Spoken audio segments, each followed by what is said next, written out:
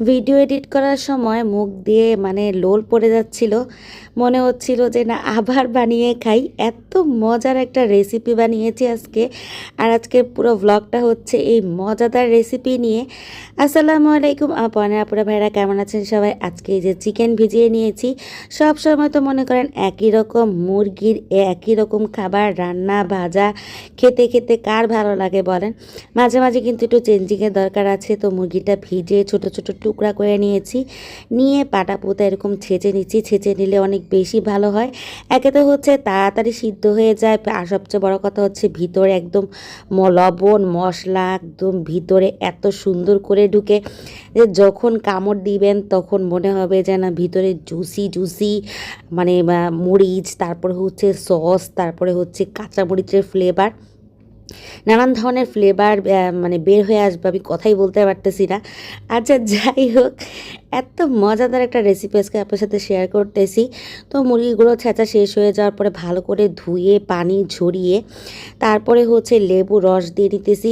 এটা একবার কিন্তু আমি ধুয়ে নিয়েছিলাম, তারপর পাটা পুতা দিয়ে যখন ছেঁচেছি কেমন যেন লাগতেছিল, তারপরে আবার এটা ভালো করে ধুয়ে নিয়েছি। লেবু রস দেওয়ার পর এখানে দিয়ে দিয়েছি আদা রসুন বাটা, আর হচ্ছে দিয়ে দিচ্ছি টক দই। টক দই দিয়ে তারপরে হচ্ছে মুরগির গায়ে গায়ে একদম কচলে কচলে এটা মাখিয়ে নিব।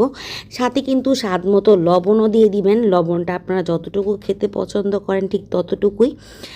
তারপরে ঢাকনা দিয়ে রেখে দিব একেবারে মনে করেন অন্তত 2 ঘন্টার মতো। যতটুকু পারে ওরা রেস্ট নেই। গরমে যে অবস্থা, টক দই ঠান্ডা ঠান্ডা টক দইয়ের মধ্যে যদি একটু ভিজে থাকে ভালোই কিন্তু লাগবে। এরপরে এখানে কাঁচামরিচ কতগুলা নিয়ে বেটে নিচ্ছি, যেহেতু ঝাল ঝাল রেসিপি হবে।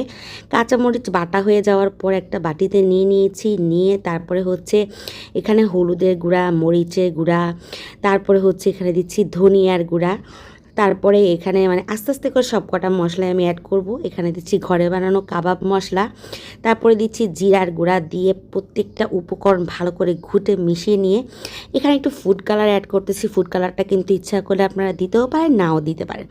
তারপর অল্প অল্প করে পানি দিয়ে এটা আমি মিশিয়ে নিচ্ছি। ফুড কালারটা দিলে হয় কি দেখতে না এত বেশি জোস লাগে যে বলার মতো না, আর দোকানের খাবারগুলোর মতোই দেখা যায়। তো যাই হোক, ফুড কালারটা দিয়ে পানি দিয়ে একটু একটু করে মিশ্রণটা তৈরি করতেছি, মানে মশলার যে মিশ্রণটা এইটার মধ্যে থেকে এত সুন্দর একটা স্মেল আসতেছিল যে বলার মতো না। তারপর এই যে এখানে রেস্টে ওনাদেরকে রেখেছিলাম, এর মধ্যে হচ্ছে দিয়ে দিচ্ছি আমি সয়া সস, আর দিয়ে দিচ্ছি টমেটো সস। মানে বললাম না ভিডিওটা এডিট করতে দিয়ে আসলে মুখে পানি চলে আসতেছে। এই রেসিপিটা মানে যদি একবার আপনারা খান বারবার বানিয়ে বানিয়ে খাবেন, কারণ এত মজার একটা রেসিপি আর একটা ইউনিক রেসিপি। তো যাই হোক, পুরোটা মশলা আমি হাত দিয়ে একদম ভালো করে কচলে কচলে মাখিয়ে নিচ্ছি। মাখিয়ে নিয়ে এটা আবার কিছুক্ষণ রেস্টে রেখে দিব। তারপরে এখানে হচ্ছে যে মানে চিকেনটা যে তৈরি করলাম, চিকেনটা তো শুধু তৈরি করলে হবে না, চিকেনটা তো কিছু দিয়ে খেতে হবে। তো এটা মূলত হচ্ছে আপনি কিন্তু যদি পরোটা করেন, ফ্রাইড রাইস করেন বা রুটির সাথে খাওয়া যায়, কিন্তু রুটি ভাতের সাথে অতটা মজা লাগে না যতটা ভালো লাগে পরোটা কিংবা ফ্রাইড রাইসের সাথে বা পোলাওর সাথে। তো আমি আজকে পরোটা করব। তো পরোটাটাও হচ্ছে ভিন্ন ধরনের একটা পরোটা। তো আমি হচ্ছে আটা নিয়ে তারপর হচ্ছে লবণ তেল দিয়ে খুব ভালোভাবে মিশিয়ে তারপর পানি দিয়ে নর্মালি আমরা যে পরোটার ডো করি সেরকম একটা ডো করে উপরে একটু তেল দিয়ে তারপর হচ্ছে এটাও কিছুক্ষণ ঢাকনা দিয়ে ঢেকে রেখে দিব। কিছুক্ষণ বলতে জাস্ট 10-15 মিনিটের জন্য। এরপরে কিছু আলু সিদ্ধ করে নিয়েছিলাম, আলুটা ম্যাশ করে নিয়েছি। আর এই আলুর মধ্যে হচ্ছে আপনার পেঁয়াজ কুচি, কাবাব মশলা, হলুদের গুঁড়া, মরিচের গুঁড়া, পেঁয়াজ বেরেস্তা, ধনিয়ার গুঁড়া সব কিছু দিয়ে ধনিয়া পাতা দিয়ে একসাথে কচলে কচলে সবগুলা মশলা একটু মাখিয়ে নিব। আমি একটা জিনিস মানে বলতে যে ভুলে গেছি, মানে ভুল হয়ে গেছে, সেটা হচ্ছে হলুদের গুঁড়া এখানে আমি দিই নেই। তো যাক, ভালো করে কষলে মাখিয়ে নিয়ে এখানে যে আলুটা ম্যাশ করে নিয়েছিলাম ওইটাও আমি হাত দিয়ে ভালো করে মিশিয়ে একদম ভর্তা যেরকম হয় ওরকম করে ফেলবো।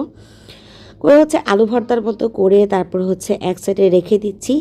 ওইদিকে কিন্তু আমার মানে আলু ভর্তা করতে করতে যে আমি পরোটার ডো করেছিলাম ওইটা হয়ে গেছে। দেখেন একই রকম খাবার আমাদের খেতে খেতে ভালো লাগে না, মাঝে মাঝে বাসা একটু চেঞ্জ করে খাবার বানালে ঘরের মানুষগুলো যেরকম খুশি হয় নিজের মনের মধ্যেও একটা ভিন্ন ধরনের আনন্দ কাজ করে। আর ভালো কিছু যখন বানাবেন সবাই যখন খাবে তখন ভিতরে একটা তৃপ্তি কাজ করে যে না আমি ভালো কিছু করতে পেরেছি। তো যাই হোক, যে পরোটার মতো ছোট ছোট করে বেলে নিয়েছি, মানে যে রুটি বানানো বা পরোটা বানালে আমরা ছোটো ছোটো করে গোল গোল করে নিই, ঠিক সেমভাবে নিয়েই হচ্ছে ছোট্ট পুরির আকার করে নিয়ে 4-5টা এরকম একটু উঠিয়ে উঠিয়ে ঘুরিয়ে ঘুরিয়ে দিচ্ছি। এখানে হচ্ছে যে আমি আলুর যে মিশ্রণটা করেছিলাম এটা দিয়ে নিচ্ছি। একদম আলু পরোটার মতোই তৈরি করছি, এটা আলু পরোটা বলাও চলে। তো আমি আসলে আলু পরোটার প্ল্যান করে করি নেই। তো যাই হোক, ভিতরে যখন যেহেতু এটার মধ্যে একটু কাবাব মশলা দিয়েছি, পেঁয়াজ বেরেস্তা দিয়েছি, এটা যখন আপনি বাইট দিবেন তখন মনে হয় ভিতর থেকে খুব সুন্দর একটা মশলার স্মেল আসবে। পেঁয়াজ বেরেস্তাটা যখন আপনার মুখে কামড়ে পড়বে খুবই ভালো লাগবে, খুবই টেস্টি হয় এই পরোটাটা। তো যাক, আমি কিন্তু মানে ধন্যবাদ দেওয়ার মতো কাজ করে ফেলেছি, এত মজার একটা নাস্তার রেসিপি আপনাদের সাথে শেয়ার করছি। তো প্রথমে হচ্ছে আমি পরোটাগুলো আগে ভেজে নিব। তো এখানে প্রথমে হচ্ছে রুটির মতো এপাশ ওপাশ একটু উল্টে দিয়ে তারপরে হচ্ছে তেল দিয়ে দিচ্ছি। এখানে আপনার ইচ্ছা করলে বাটার দিয়ে বা ঘি দিয়ে ভাজতে পারেন। বাটার ঘি দিয়ে ভাজলে কিন্তু অনেক বেশি মজা লাগে, কিন্তু আমি ভাই এত বড় লোক না যে শুধু শুধু এই কটা পরোটা এতগুলা বাটার আর ঘি নষ্ট করব, বা নষ্ট করার মতো মানে অবস্থাও নেই। তো যাই হোক, যেটা আমার জন্য অ্যাভেলেবেল আমি সেটা দিয়েই করতেছি, মানে তেল দিয়ে বানাচ্ছি। পরোটাগুলো ভাজার সময় খুব সুন্দর একটা স্মেল আসতেছিল। তারপরে লাস্ট মোমেন্টে চিকেনের গায়ে একটু সরিষা তেল দিয়ে নিচ্ছি। মেরিনেট করার সময় কিন্তু সরিষার তেলটা দিয়ে নিতে পারতাম, ওই সময় সরিষার তেলটা ব্যবহার যদি করি আমি, তখন দেখা যায় যে মশলাটা মাংসের গায়ে খুব ভালোভাবে ঢুকতে যায় না বা মিক্স হতে চায় না। এই জন্য শেষ মুহূর্তে একদম সরিষার তেল দিয়ে প্যানের মধ্যে একটুখানি তেল দিয়ে তারপরে হচ্ছে একদম লো হিটে সবগুলো চিকেন আমি ছড়িয়ে দিচ্ছি। দিয়ে তারপর হচ্ছে একটু একটু করে একদম লো হিটে ঢাকনা দিয়ে এপাশ ওপাশ সুন্দরভাবে ভেজে নিব। এই চিকেনগুলো ভাজতে প্রায় মনে করেন 15 মিনিটের মতো সময় লাগে। 15 মিনিটও পুরোপুরি লাগে না, যেহেতু এটা খুব ভালোভাবে মেরিনেট করা হয়েছে। মেরিনেট করা মাংসগুলো কিন্তু সিদ্ধ হতে খুব বেশি সময় নেয় না। এদিকে সালাদ করার জন্য হচ্ছে শসা ছিলে নেওয়া হচ্ছে। আসলে এই আইটেমগুলোর সাথে একটু সালাদ হলে কিন্তু খেতে ভালোই লাগে। এখানে শসা কুচি করে নেওয়া হচ্ছে, শসা কুচি, তারপর হচ্ছে কাঁচামরিচ কুচি, পেঁয়াজ কুচি, ধনিয়া পাতা সব কিছু মিক্স করে যদি একটা সালাদ হয় দারুণ ভালো লাগে।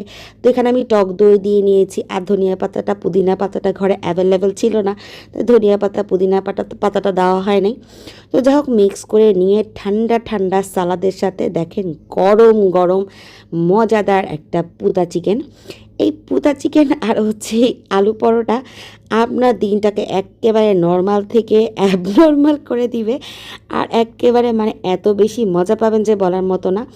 খাওয়ার মধ্যে একটু সাজিয়ে নিলে অনেক বেশি ভালো লাগে, তাই একটু ডেকোরেশন করে নিচ্ছি। আর এই যে সালাদ বাটিতে আলাদা করে দিচ্ছি, কারণ প্লেটের মধ্যে সালাদ দিলে পরোটাগুলো ভিজে যাবে আর খেতে ভালো লাগবে না। আজকের ভিডিওটা কেমন লাগলো অবশ্যই জানাবেন, আর আমার ভিডিওটা যদি ভালো লাগে সবাই সবার ফ্রেন্ডস ফ্যামিলির সাথে শেয়ার করবেন। আল্লাহ হাফেজ।